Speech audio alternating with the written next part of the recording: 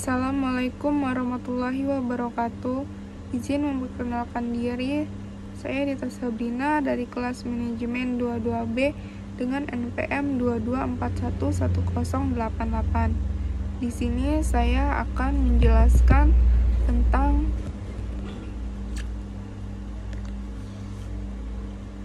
data populasi, sampel, penyajian data atau tabel dan diagram. Dasar statistik. Yang pertama ada data. Data adalah informasi atau fakta yang dikumpulkan atau direkam dalam berbagai bentuk, seperti angka, teks, atau gambar. Data merupakan bahan mentah yang digunakan dalam analisis statistik. Dalam konteks ini, kita akan memahami definisi data dan mengidentifikasi dua jenis data utama, yaitu data kualitatif dan data kuantitatif. Yang kedua ada populasi. Populasi adalah keseluruhan subjek atau elemen yang menjadi fokus analisis statistik. Misalnya, jika Anda melakukan penelitian tentang penduduk sebuah kota, populasi akan mencakup semua penduduk kota tersebut. Bab ini akan menjelaskan konsep-konsep populasi dan mengapa pemahaman tentang populasi penting dalam statistik. Yang ketiga ada sampel. Sampel adalah subset atau sebagian kecil dari populasi yang dipilih untuk mewakili populasi. Pengembalian sampel adalah langkah penting dalam statistik karena seringkali tidak praktis atau ekonomis untuk mengumpulkan data dari seluruh populasi. Bab ini akan membahas definisi sampel yang menggarisbawahi pentingnya pengambilan sampel yang baik untuk mendapatkan hasil statistik yang dapat dipercaya. Yang keempat ada penyajian data.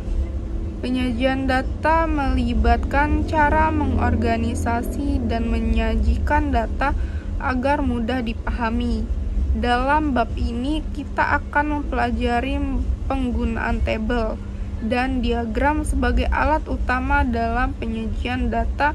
Jenis-jenis diagram seperti diagram batang, diagram lingkaran, dan diagram garis akan dijelaskan. Penyajian data yang baik sangat penting dalam menyampaikan hasil analisis statistik kepada orang lain. Jenis data. Data dapat diklarifikasi dua jenis utama, yaitu data kualitatif dan data kuantitatif. Data yang pertama ada data kualitatif. Jenis data ini merujuk pada data yang bersifat deskriptif atau kualitatif. Ini berarti data kualitatif menggambarkan karakteristik atau atribut tertentu dan biasanya tidak dapat diukur dalam angka. Contoh data kualitatif termasuk jenis kelamin, warna mata, merek produk, atau status pernikahan. Data kualitatif dibagi lagi menjadi data nominal dan data ordinal. Data nominal hanya mengkategorikan elemen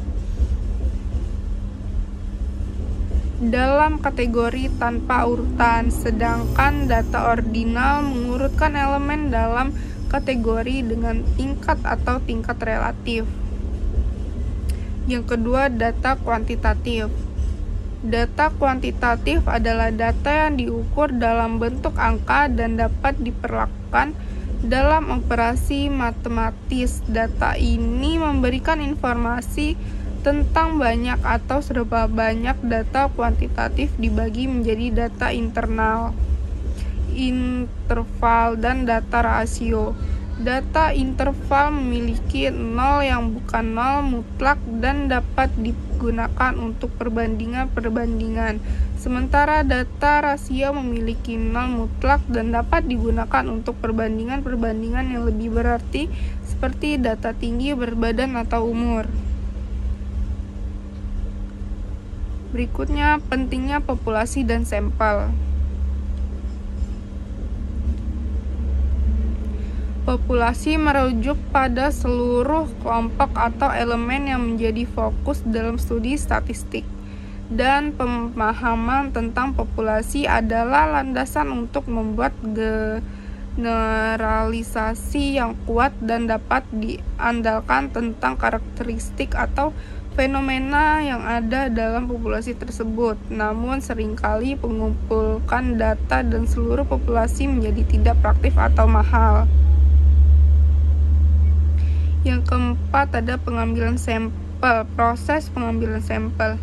Pengambilan sampel adalah proses pemilihan sekelompok elemen atau individu dari populasi yang akan digunakan untuk mewakili seluruh populasi. Contoh teknik pengambilan sampel. Sampel acak. Yang pertama ada sampel acak sederhana. Dalam metode ini, elemen dalam populasi memiliki peluang yang sama untuk dipilih. Yang kedua ada sampel berstrata. Populasi dibagi menjadi beberapa strata dan kemudian sampel diambil secara acak dari masing-masing strata. Yang ketiga ada sampel berkelompok. Populasi dibagi menjadi kelompok-kelompok yang lebih kecil atau beberapa dari kelompok dipilih secara acak untuk menjadi sampel.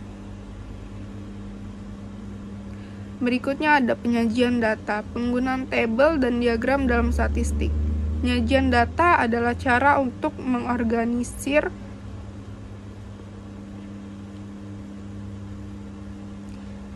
dan mengkomunikasikan data dengan cara yang mudah dipahami. Dalam statistik, tabel dan diagram adalah dua alat utama yang digunakan untuk tujuan ini. Tabel adalah tata letak berbaris teks yang digunakan untuk menyusun data dalam bentuk baris dan kolom. Sementara diagram adalah representasi visual data. Berikutnya ada penyajian data. Jenis-jenis diagram. Yang pertama ada diagram batang. Digunakan untuk menggambarkan data kualitatif atau kuantitatif dalam bentuk batang atau kolom vertikal. Yang kedua ada diagram lingkaran.